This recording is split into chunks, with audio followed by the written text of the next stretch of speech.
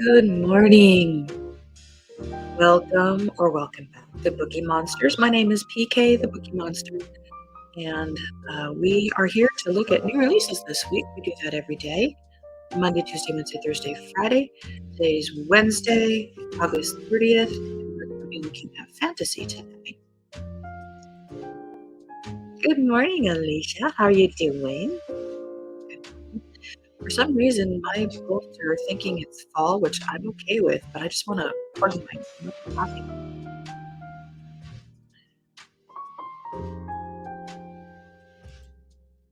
But I know it's going to be in the 80s today, so it's not really, which is better than yesterday. Yesterday we hit 100 again. Let's turn off that vibe. And we will go to doing fine. Excellent. Good to hear. Even if we aren't doing fine, we choose to feel fine, it is fine. Okay. These are the fantasy ones they are saying are being released this week. There's 8 of them. Very busy covers. Some of these we've looked at. I know we looked at that one. But we'll take a look. A Tall Dark Trouble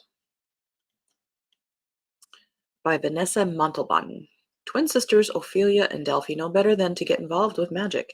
Their mommy has seen to that. After all, it was magic that cursed their family, turning love into a poison. Romance is off the table for the Sanchez women. They've seen the curse take hold enough times to know how that road ends, and yet sometimes a girl catches feelings and just can't help herself. When Ophelia and Delphi begin having premonitions of a series of murders, the sisters know it's time to embrace their magical inheritance to get to the bottom of the mystery and save innocent lives. Teaming up with their best friend Ethan and with brooding detective in training Andre, the sisters set out to learn the truth. They just need to make sure mommy doesn't find out what they're up to. Meanwhile, in 1980 Cuba, Anita struggles with a different magical conflict. Her mother, Mommy Orti, is a bruja who belongs to a secret coven of elders, and Anita knows she will be forced to join the coven herself one day. She sees no escape, though the thought of staying and letting this future claim her is terrifying. Ophelia, Delphi, and Anita's stories collide as each woman steps into her power and embraces who she truly is, refusing to be subdued by any person, coven, or a curse. Young adult. Good morning, Mary. Happy Wednesday. Have been watching Adalia make landfall in Florida. Have folks that could be in harm's way to be okay. Yep, sending them a lot of loving energy and protection. Alicia, hope they are safe. My brother is down there, but he feels confident he will be okay. And he is cocky. Yeah, I've never been in a hurricane. I don't think I ever want to. But if that's your reality, if that's where your area is used to it, it just becomes another thing, like tornadoes. It's just like, you take them seriously, but you don't freak out like the news does. Guardians of Dawn, Zara by S.J. Jones. Fantasy young adult. Sailor Moon meets Cinder. Cinder, excellent fantasy series if you're wanting to try some fantasy. Magic flickers, love flames, chaos reigns. Magic is forbidden throughout the Morning Realms. Magicians are called abomination and blamed for the plague of monsters that razed the lands 20 years before. Jinjara already has enough to worry about: appease her stepmother's cruel whims, looking for her blind younger sister, and keeping her own magical gifts under control without having to deal with rumors of monsters reemerging in the marsh. But when a chance encounter with an easily flustered young man named Han brings her into contact with a secret magical liberation organization called the Guardians of Dawn, Zara realizes that there could be more to these rumors than she thought. A mysterious plague is corrupting the magicians of Zhenhai and transforming them into monsters, and the Guardians of Dawn believe a demon is responsible. In order to restore harmony and bring peace to the world, Zara must discover the elemental warrior within, lest the balance within order and chaos is lost forever. That sounds kind of cute. House of Marion by J.L. Fantasy. 17-year-old Quell has lived her entire life on the run. She and her mother have fled from city to city in order to hide the deadly magic that flows through Quell's veins until someone discovers her dark secret.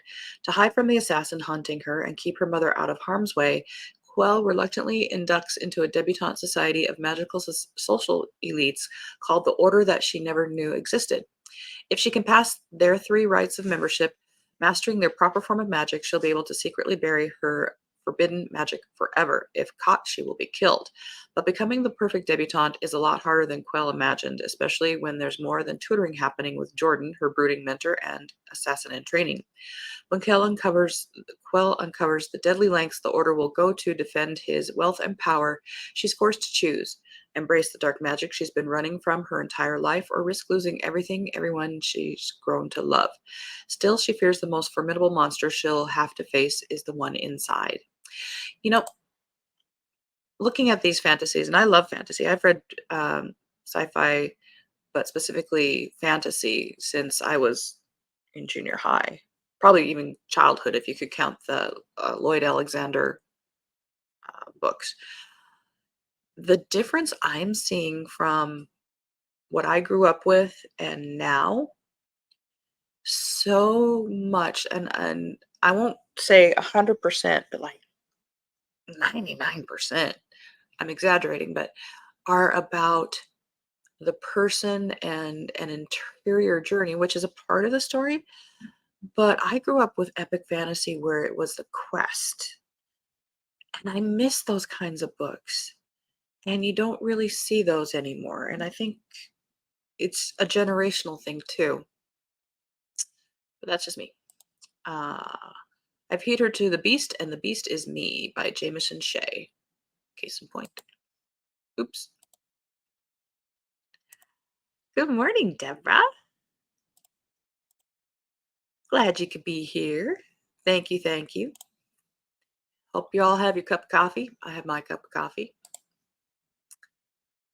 I feed her to the beast, and the beast is me. Laura Mesny is a perfectionist with an axe to grind. Despite being constantly overlooked in the elite and cutthroat world of the Parisian ballet, she will do anything to prove that a black girl can take center stage. To level the playing field, Lore ventures deep into the depths of the catacombs and strikes a deal with a pulsating river of blood. See, you don't do that. That's a mistake. The primordial power Lore gains promises influence and adoration, everything she's dreamed of and worked toward. But did you really work for it? You're cheating. Ah. With retribution on her mind, she surpasses her bitter and privileged peers, leaving broken bodies behind her on her climb to stardom. But Lore quickly learns she's not the only monster around, and her vicious desires make her a perfect target for slaughter. As she descends into madness and the mystifying underworld beneath her, she is faced with the ultimate choice: continue to break herself for scraps of validation, or succumb to the darkness that wants her exactly as she is, monstrous heart and all. That is, if the god killer doesn't catch her first. It looks like this is a debut. Roommate is a Vampire we did on Monday. The October Witches by Jennifer Clayson. Fantasy, middle grade. 13-year-old Clementine Merlin lives with her mom, her aunts, and her cousin Mirabel at number 15 Pendragon Road. The Merlins are a family of witches, but because of an ancient falling out with the other branch of the family, the Morgans, we see where this is coming from. They only have powers for a single month of the year, October. And this October may be the one that Clemmy gets her magic. It should be exciting, except that magic is the reason that Mirabelle never talks to her anymore. Aunt Flissy leaves at the end of every September and doesn't come back until November, and Aunt Temmy, well, is long gone. And the Merlin bad luck takes an even worse turn this year. After a disastrous attempt by the aunts to recover their lost magic, 15 Pendragon Road is visited by the creepy and cold Morgans. In the wake of the ensuing battle, Clemmy and Mirabelle are left on their own. With no other choice, the cousins must bond together and summon their courage and magic to solve the mystery of what happened between the first Merlin and Morgan all those centuries ago, if they'll have any hope of ending this feud and getting their family back.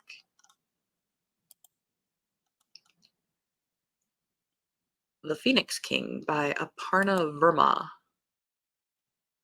In the kingdom where flames hold magic and the desert hides secret, An ancient prophecy comes for an assassin, a princess, and a king, but none are ready to face destiny, and the choices they make could burn the world.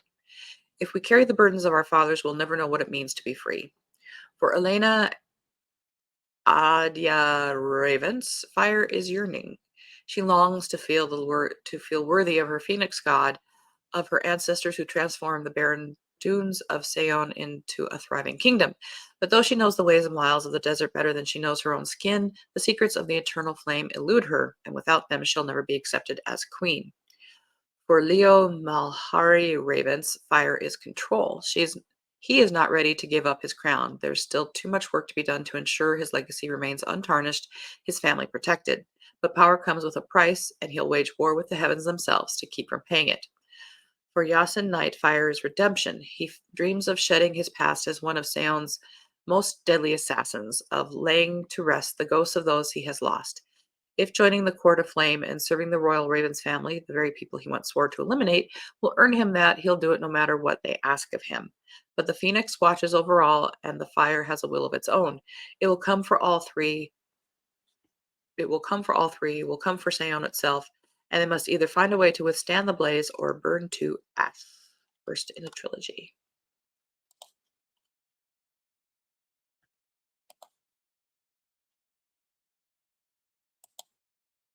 Agree. I like what you said. You need a quest or a purpose. Yeah.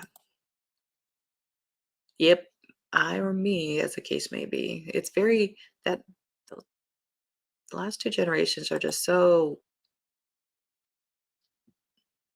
been taught to be very inward oriented.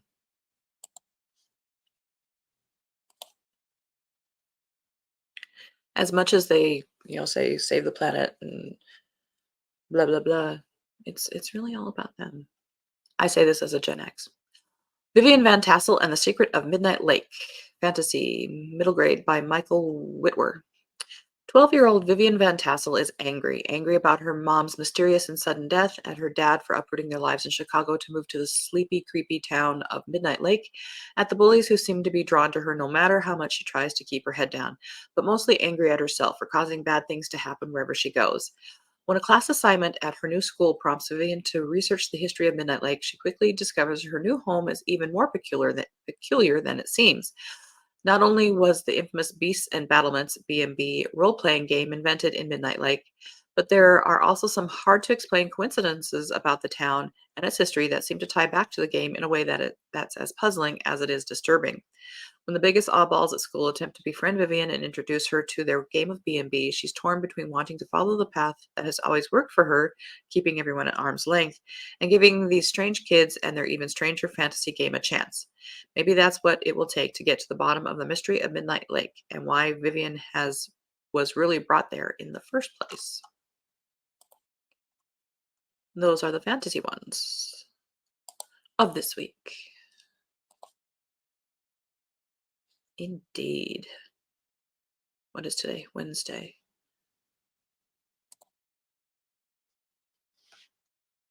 Let's take a quick look at regular fiction. What time are we at? 6:14. We've got some time.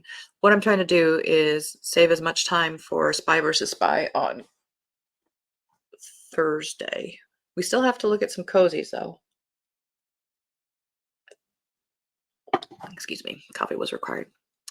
All You Have to Do by Autumn Allen. These are straight fiction. This is a young adult. In All You Have to Do, two black young men attend prestigious schools nearly 30 years apart and yet both navigate similar forms of insidious racism. In April 1968, in the wake of Martin Luther King Jr.'s assassination, Kevin joins a protest that shuts down his Ivy League campus. In September 1995, amidst controversy over the Million Man March, Gilbert Gibran challenges the see no color hypocrisy of his prestigious New England prep school. As the two students whose lives overlap in powerful ways risk losing the opportunities their parents worked hard to provide, they move closer to discovering who they want to be instead of accepting as fact who society and family tell them as they are. Harlem After Midnight. Now, I have this one down as a mystery by Louise Hare. A body falls from a townhouse window in Harlem, and it looks like the newest singer at the Apollo in this evocative, twisting new novel from the author of Miss Aldrich Regrets. Harlem, 1936. Lena Aldrich grew up in a cramped corner of London hearing stories of the bright lights of Broadway. She always imagined that when she finally went to New York City, she'd be there with her father, but now he's dead and she's newly arrived and alone, chasing a dream that has quickly dried up.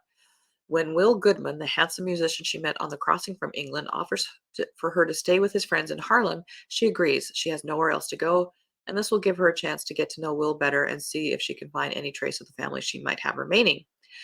Will's friends welcome her with open arms, but just as Lena discovers the stories her father once told her were missing giant pieces of information, she also starts to realize the man she's falling too fast and too hard for has secrets of his own, and they might just place a target on her back, especially when she's drawn to the brightest stage in town. Well, maybe it is more fiction than mystery. Holler Child by, oh, stories. I don't do short stories. Sorry. Skipping. Learned by Heart by Emma Donahue. Drawing on years of investigation in Ann Lister's 5 million-word secret journal, Learned by Heart is the long-buried love story of Eliza Rain, an orphan heiress banished from India to England at age 6, and Ann Lister, a brilliant, troublesome tomboy who meet at the Manor School for Young Ladies in York in 1805 when they are both 14. Emotionally intense, psychologically compelling, and deeply researched, Learned by Heart is an extraordinary work of fiction by one of the world's greatest storytellers. Full of passion and heartbreak, the tangled lives of Anne Lister and Eliza Rain form a love story for the ages. So, more under historical. Terrace Story by Hilary Lichter. Annie, Edward, and their young daughter Rose live in a cramped apartment. One night, without warning, they find a beautiful terrace hidden in their closet. It wasn't there before, and it seems to only appear when their friend Stephanie visits. A city dweller's dream come true, but every extra bit of space has a hidden cost, and the terrace sets off a seismic chain of events forever changing the shape of their tiny home and the shape of their world. Terrace Story follows the characters who suffer these repercussions and reverberations, the little family of three, their future now deeply uncertain, and those who orbit their fragile universe. The distance and love between these characters expands limitlessly across generations. How far can the mind travel when it's looking for something that is gone? Where do we put our loneliness, longing, and desire? What do we do with the emotions that seem to stretch beyond the body, beyond the boundaries of life and death? Based on the National Magazine award-winning story, Hilary Lichter's profound second novel asks how we nurture love when death looms over every moment. From one of our blah blah blah. Interesting. The Breakaway by Jennifer Weiner. 34-year-old Abby Stern has made it to a happy place. True, she still has gig jobs instead of a career, and the apartment where she's lived since college still looks like she just moved in. But she's got good friends, she's got her bike, and her bike club in Philadelphia. She's at peace with her plus-size body, at least most of the time, and she's on track to marry her childhood sweetheart. Abby and Mark met at the weight loss camp Abby's perpetually dieting mother Eileen forced her daughter to attend. 15 years later, when Abby reconnects with a half his size Mark and finds out that he still adores her, it feels like fate. Yet Abby can't escape the feeling that something isn't right, or the memories of one mind blowing night spent with a man named Sebastian 2 years ago.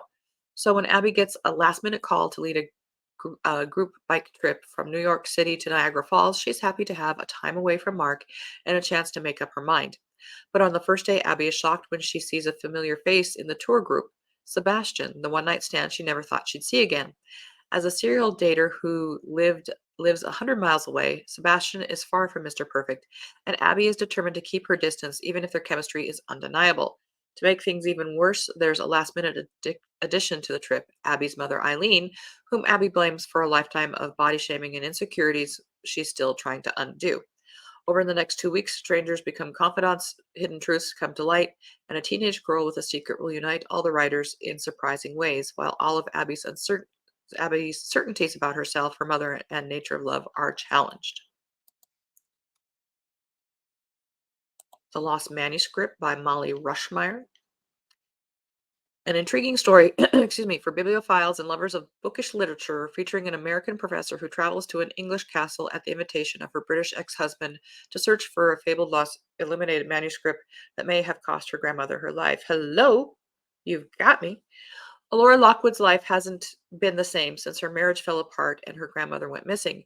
Could finding the lost hand illustrated manuscript her historian grandmother obsessively tried to prove existed give her the closure she needs?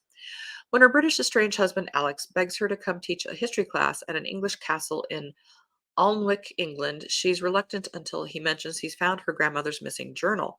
Following clues her grandmother left, they hope they don't meet the same fate as Alora's grandmother, and they wonder if there's a chance to mend their broken marriage. But finding the truth may rewrite history, and there are forces that will do anything to stop them. Plus, second chance love. You may have got me. Where There Was Fire by John Manuel Arias. Costa Rica, 1968, when a lethal fire erupts at the American Fruit Company's most lucrative banana plantation, burning all evidence of a massive cover up, the future of Teresa Cepeda Valverde's family is changed forever. Now, 27 years later, Teresa and her daughter Lyra are still picking up the pieces. Lyra wants nothing to do with Teresa, but is desperate to find out what happened to her family that fateful night. Teresa, haunted by a missing husband and the bitter ghost of her mother, Amarga, is still unable to reconcile the past. What unfolds is a story of a mother and daughter trying to forgive what they do not yet understand, and the mystery at the heart of one's family's rupture, steeped in machismo, jealousy, labor uprisings, and the havoc wreaked by banana plantations in Central America. Brimming with ancestral spirits, omens, and the anthropomorphic forces of nature, John Manuel Arias weaves a brilliant tapestry of love, lost secrets, and redemption. That kind of has a Isabella Allende vibe to me. The bell went off, but we got one more here. We're gonna push through unless it's short stories. My Work by Olga Ravin, fiction in translation. After giving birth, Anna is utterly lost. She and her family move to the unfamiliar snowy city of Stockholm. Anxiety threatens to completely engulf Anna, who obsessively devours online news and compulsively orders clothes she can't afford. To avoid sinking deeper into her depression, she forces herself to read and write. My Work is a novel about the unique and fundamental experience of giving birth, mixing different literary forms fiction, essay, poetry, memoir, and letters to explore the relationship between motherhood, work, individuality, and literature. And then there is a blurb. Oh, we made it.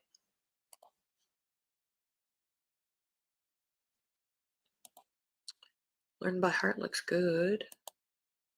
That went fast. It always goes so fast. Oh, that alarm should goes like, yep.